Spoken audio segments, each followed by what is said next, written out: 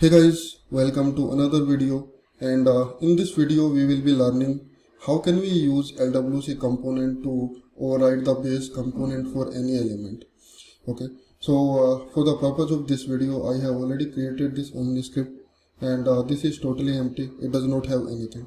Okay, so first question is which elements can be overridden using the LWC, and the answer for that could be almost all the elements. So what does that mean is let me drop few things here. So I will drop the text area, then I will drop text box, uh, I will drop maybe extract data action, and maybe this delete action, right? So first thing is how can we override these elements with an LWC, right? So to do that, what you can do is you can click on any of these elements, and here in the properties, right, we do have a property called LWC component override, right? So what you can do is you can provide the name of the LWC component here, which will be overriding this element, right? So this is for text block. If we see this for text box, it is same. If we see it for the data raptor extract action, we do have the same, right? Even for the delete. Not only these elements, even the step chart, right? This step chart also can be overridden using an LWC component, and even the step itself, right? The step can also be overridden with the LWC, right? So basically most of the elements can be overridden using the LWC component. Okay, so let's for now what I will do is I will remove all these unnecessary elements, and I will only leave.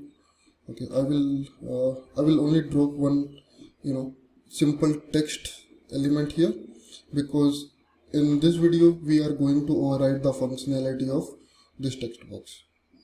Okay, now how you can do that is for this you need to create a of course you need to go to your VS Code, you need to create a project, and you need to authorize this org, right? And once that is done, you have to create the LWC component. Okay, so I will go and I will create a LWC component. Let's call it demo text box. All right. Okay, now as I told you, right, all these elements have their base LWC components, right? Because all these elements are made up of LWC components, right? So how can you find them out is basically there is a zip file which is provided by which is provided by Velocity, where you can see their where you can see the base component of any element, and you can find out what can be overridden on them, right? So for example, this is the base component for OmniScript radio, this is the base component for select, this is the base component for text, right? And here we do have for date, for the block, right? For the let's see, transform action, right, for the file. So for most of the things we do have these base components which can be overridden, right? Now what can be overridden inside them? So let's see, let's open this OmniScript text, right? So when you open this, all these folder has a readme file, right? So if you goes to the readme file of this text box, it clearly tells you that the base component for the text box is OmniScript text. So basically we need to extend this. Okay, then it has the properties which is underscore placeholder underscore input underscore commit on change, and it also has the methods which is init conf variables, or this handle blur, right, or the render it, right?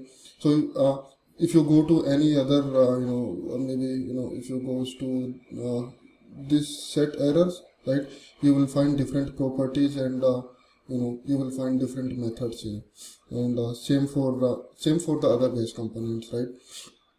So what right, so hopefully this is clear. I will paste the link in this in the comments of this video, so that you can download these base components. Okay.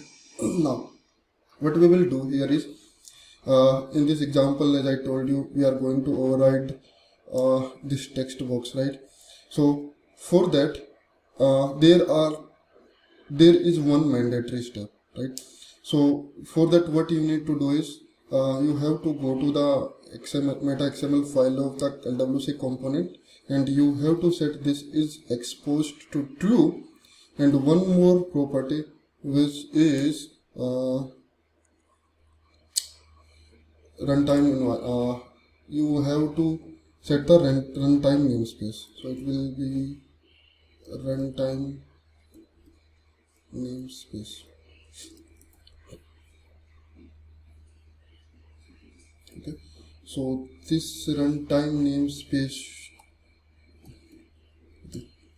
so it should be basically the namespace of the velocity package. Okay, so to find out that, what you can do is, you can go to setup and go to the installed packages, and here on the OmniScript on the velocity package, you can find out the namespace prefix and just paste it here. Okay. So that's it. Now next step is, you have to extend, so now we are going to override the text box, right?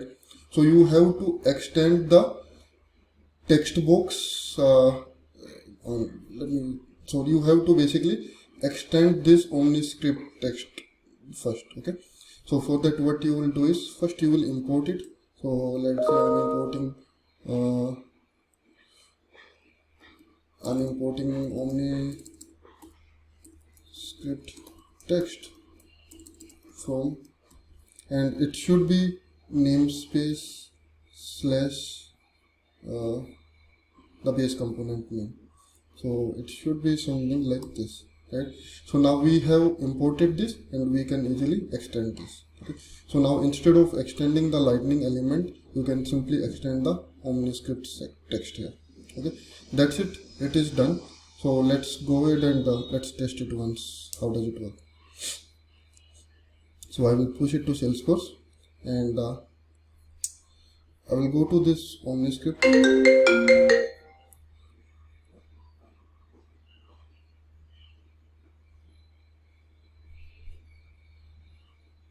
Okay, and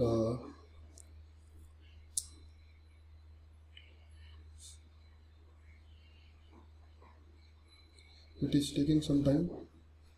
Okay, so I will go to this text box, and I will basically write the name of the LWC component which I created, which is demo textbooks override. Okay, so now to preview this, right, we can click on the preview button, but one problem here is, until we activate the OmniScript, we cannot preview the LWC components. Okay, so if you see it here, it's empty, right? Nothing is appearing, because we need to activate this OmniScript first. So I will go and I will activate it.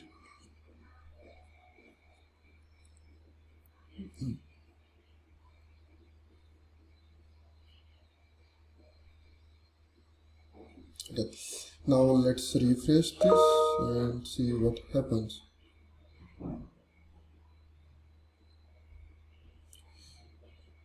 Cannot use runtime namespace if okay, so something went wrong here. Sorry, my bad. It should be true.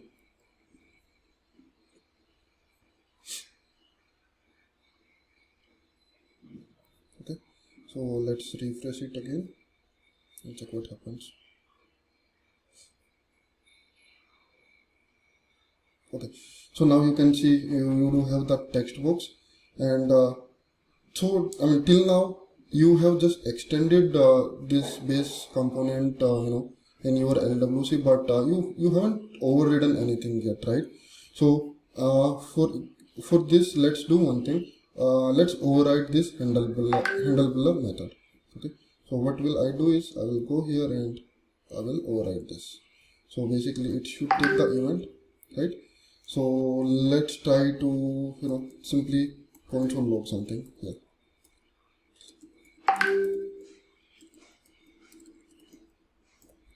Okay, let's see what happens now.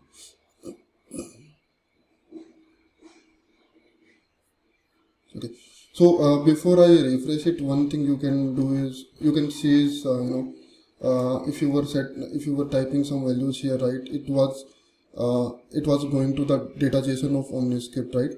But what will happen is now, as you have written this handle blur, it will stop stop writing into the data JSON. So let me refresh it and let's see what happens.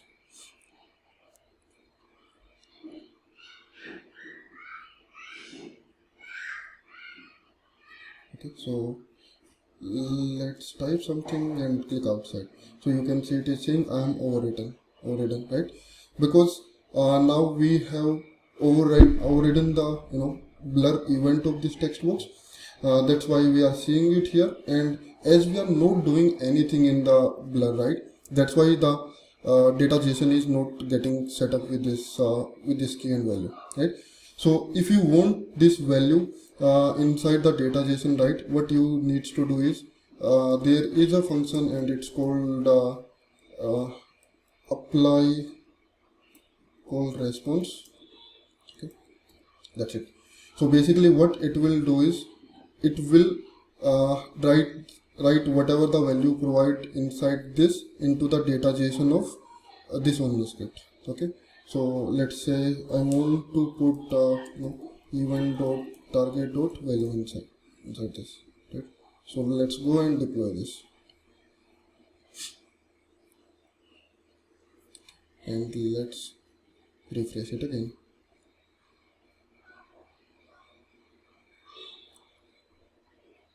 Okay, so let's type something and you can see this is printing and this is doing the console log, and it is also setting this attribute in the data JSON with the value, right? So this is how you can handle, how you can override the blur event of this text box, right?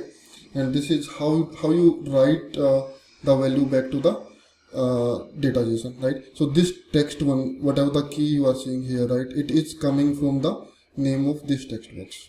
Now let's take another example. So let's say maybe I do not like the UI of this text component or this text element, and I want to completely change it, right? So for that, what I can do is in the HTML of this LWC component, right, I can create my own HTML, and then I can override the render. So if you go here, right, we do have a render method here, so we can override this render method and we can return this HTML, right? So basically it will override the complete UI of the element. So let's see how we can do it. So let's say I just simple want input, maybe type is equal to text, right? And close input. Okay, so what I will do in the JS part is, first I will import this HTML, right? So for that, what I can do is import, let's say import it as a template from, and it will be, it's in the same folder, right? So we'll be using dot, and it will be demo textbox override dot HTML. Okay, now what we will do is we will override the render method, and here we will just return this template. Okay, so let me repeat it again. What we did is we created our own input in the HTML, then we imported this HTML, and we have just returned it in the render method. So let's deploy this and let's check what happens. Okay, something is failed here because okay, I think this D should be small.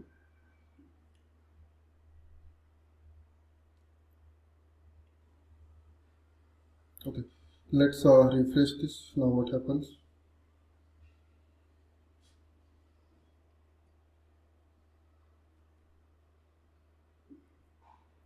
let me refresh the whole page.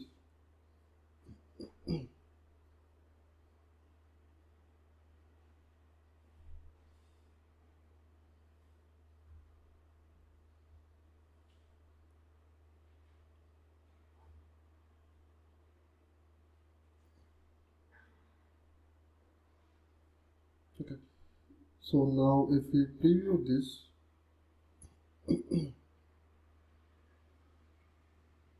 you can see instead of that out of the box text box, we are getting this normal HTML input. I know this does not looks good, but this is just to show you how we can override the complete UI, right? So few more things we can do here is let's go back to this base component and find out what this HTML has inside. Right? So if I open this, I can see they are using this C input, and we can see there are a lot of properties, right? They do have a label which is coming from the label we provide on the element itself. Then it has placeholder, and it has other properties, right? So maybe we can use these properties also. So let's say I want the same label, right? So what I will do is I will copy this, and I will go to this HTML and I will paste it here, right? And maybe let's do one more thing. Let's say we want the placeholder also, right? So the placeholder will be whatever they are using. Okay, I want the same placeholder, so I will deploy this, and let's check what happens here. Okay, so let me refresh this.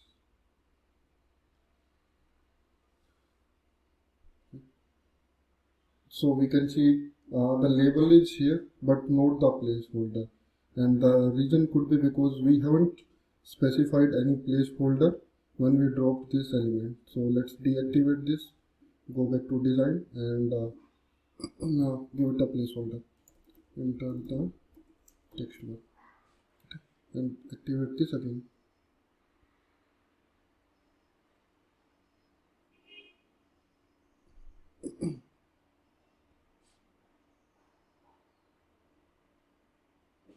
Okay, and let's preview this.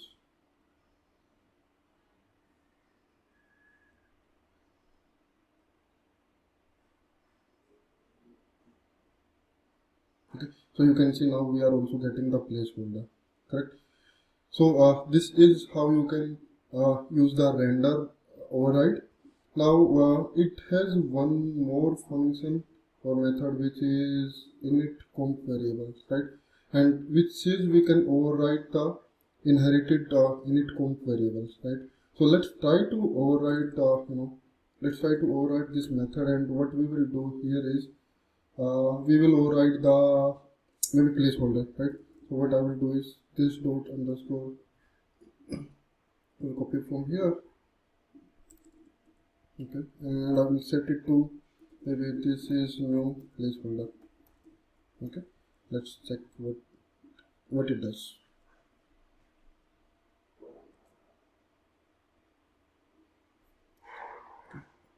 I will refresh this.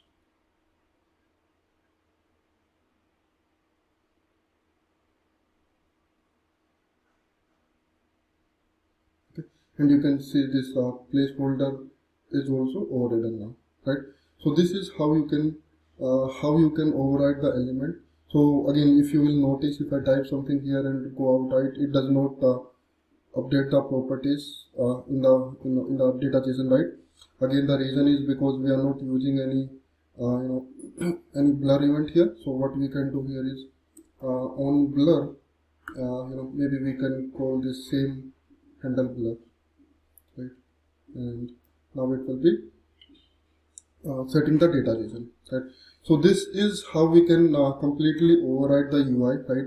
We can create our own element, create our own elements, and then we can maybe we can add some custom methods, right? Or whatever we need to do with that, right? We can do it here, right? So this is the method using which we can set back the property in the in the data JSON, right? And let's do one more thing here before ending this video, right? So let me deactivate this and add one more text box here. Okay, so I will go to design and I will add one more text box. And let's add one more. So total 3 text boxes, and activate this and preview this, and let's see what happens.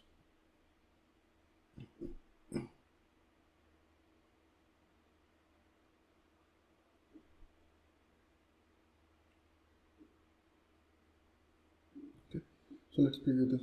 So you will see only one of the text box will be overridden, which is the first one, and not second and third one, right? So the second one is still the out of the box text box, and even the third one, right? So what if you want to override all the elements of same type, right? What you can do is deactivate it again,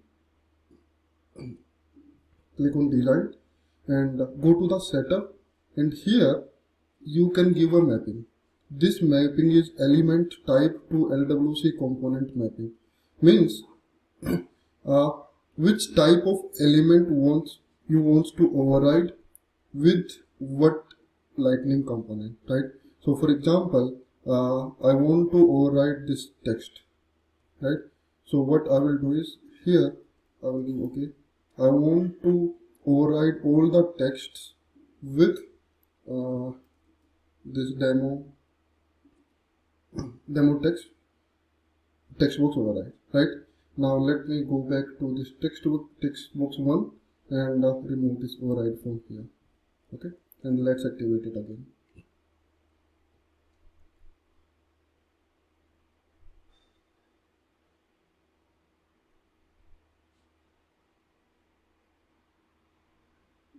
Okay, so now you can see all the 3 text boxes are overridden, not only the first one, right? So the text box 1, text box 2 and text box 3. So this is how you can override all the same type of elements with a single LWC component, right? So now it's your wish if you want to override only one element, or if you want to override all the elements of the same type, right? So right now we did see that we have set up only one property, right, which is the name of the text box, right? Either the text box 1 or the text box 2 or text box 3, right? What if you want to set up multiple properties, right? So let's say you want to set up 5 to 6 properties from this single lightning component, right? So for that that is also possible, and I will be creating a separate video for that. Okay, so I think this is it for this video, right?